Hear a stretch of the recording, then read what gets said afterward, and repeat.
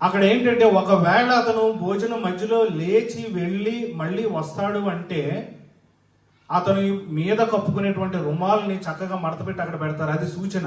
అది ఉన్నంతసేపు కూడా ఏం చేస్తాడంటే సేవకుడు వచ్చి ప్లేట్లు తీయడు. ఎప్పుడైతే ప్లేట్ మీద రుమాలు విసిరేసి వెళ్ళిపోయాడో సేవకుడు వచ్చి బల్లంతా క్లీన్ చేస్తాడు.